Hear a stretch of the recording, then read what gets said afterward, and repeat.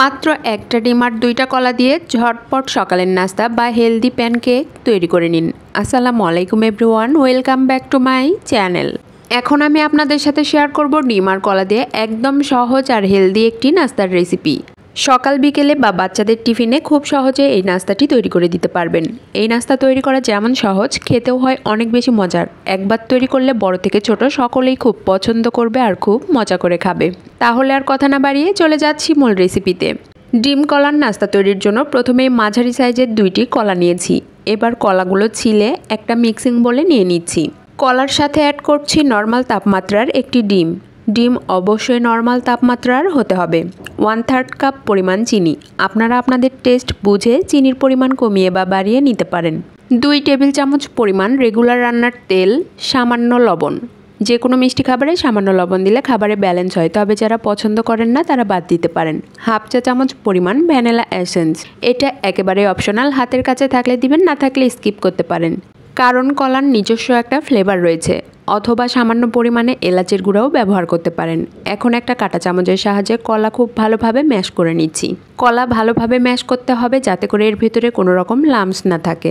কলাগুলো ম্যাশ করা হয়ে গেছে। এখন এর সাথে ডিম আর চিনি খুব ভালোভাবে মিশিয়ে নিচ্ছি। মেশানোর সময় খেয়াল রাখতে হবে চিনি যেন একেবারেই গলে যায়। সব কিছু ভালোভাবে মেশানো হয়ে গেছে আর চিনিও একেবারে গলে গেছে। এখন এর সাথে শুকনো উপকরণগুলো অ্যাড করতে হবে। প্রথমেই অ্যাড করছি 1 কাপ পরিমাণ আটা। আপনারা চাইলে আটার পরিবর্তে ময়দাও ব্যবহার করতে পারেন। 1 চা চামচ পরিমাণ baking powder. Baking powder add করার পর আবারও সবগুলো ভালোভাবে মিশিয়ে নিচ্ছি। আমি কাঁটা চামচের সাহায্যে সবগুলো ভালোভাবে মিশিয়ে নিচ্ছি। আপনারা চাইলে মেশানোর এই কাজটি হ্যান্ড উইক্সের সাহায্যেও করতে পারেন। একদিক থেকে ঘুরিয়ে ঘুরিয়ে ফোল্ডিং মেথডে মিশিয়ে নিচ্ছি, এতে করে সবগুলো খুব দ্রুত মিশে যায়। মেশানোর এই পর্যায়ে এর সাথে অ্যাড করছি 1/2 কাপ পরিমাণ জ্বালিয়ে ঘন করা তরল দুধ। তবে পুরো তরল দুধ একবারে অ্যাড করছি না, অল্প অল্প করে অ্যাড করছি আর ভালোভাবে মিশিয়ে নিচ্ছি। পুরোটা একবারে অ্যাড করলে ব্যাটার একেবারেই পাতলা হয়ে যেতে পারে। আমি এই ব্যাটার তৈরি করতে 1/2 কাপ পরিমাণ তরল দুধ ব্যবহার করেছি।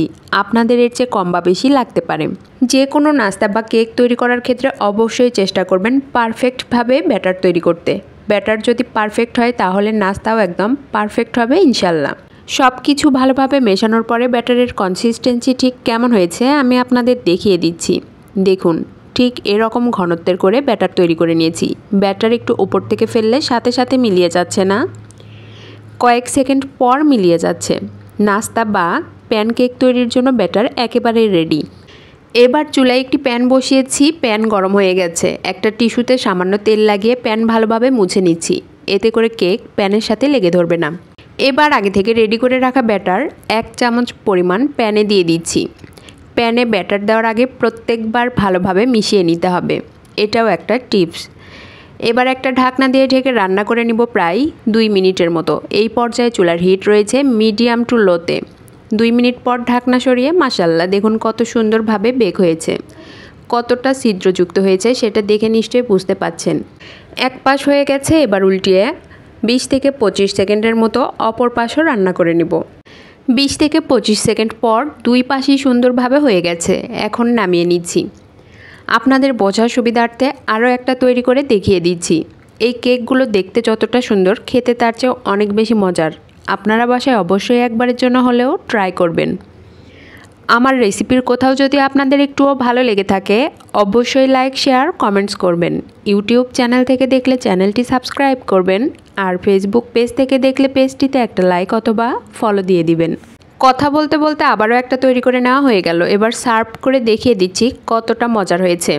এই কেকগুলো ওপর থেকে দেখতে যতটা সুন্দর, ভিতরেও একেবারে নরম তুলতুলে, মুখে দেওয়া মাত্রই মিলিয়ে যাবে। একবার তৈরি না করলে মিস করবেন। মাত্র 10 মিনিটে এর চেয়ে সহজ রেসিপি আর কোনোটা হতেই পারে না।